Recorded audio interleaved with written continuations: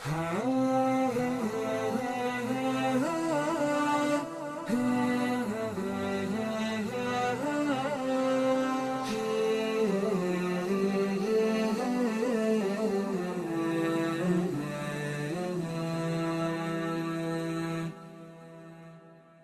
الله الرحمن الرحيم. الحمد لله رب العالمين، وأصلي وأسلم على نبينا محمد وعلى آله وصحبه أجمعين.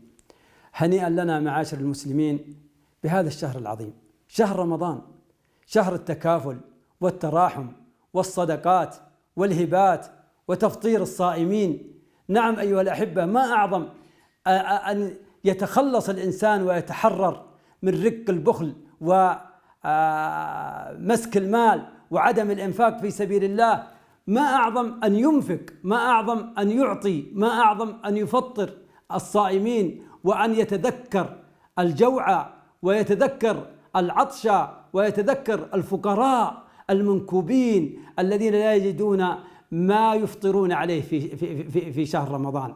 فيا أيها الأحبة، الله تبارك وتعالى دعانا إلى الإنفاق، دعانا إلى الصدقة، وأخبرنا تبارك وتعالى بما يضاعفه للمتصدق. مثل الذين ينفقون أموالهم في سبيل الله كمثل حبة أنبتت 7 سنابل في كل سنبلة 100 حبة والله يضاعف لمن يشاء. إن الذين يتلون كتاب الله وأقاموا الصلاة وأنفقوا مما رزقناهم يرجون ماذا؟ يرجون تجارة لن تبور. الله أكبر، هذه التجارة مع الله.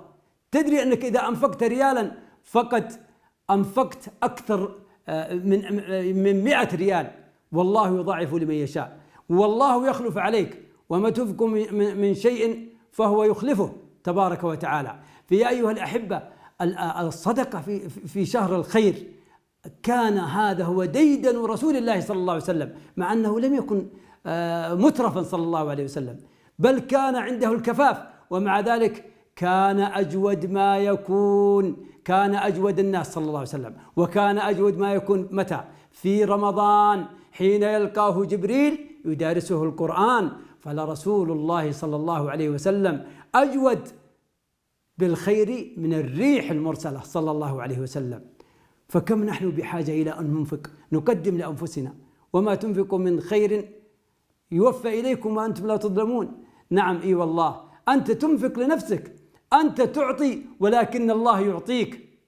والنبي صلى الله عليه وسلم قد أخبر عن ملكين في كل صباح يناديان ويقولان اللهم أعط ممسكا خلفا، ويقولان اللهم أعط ممسكا تلفا. وصلى الله وسلم على نبينا محمد.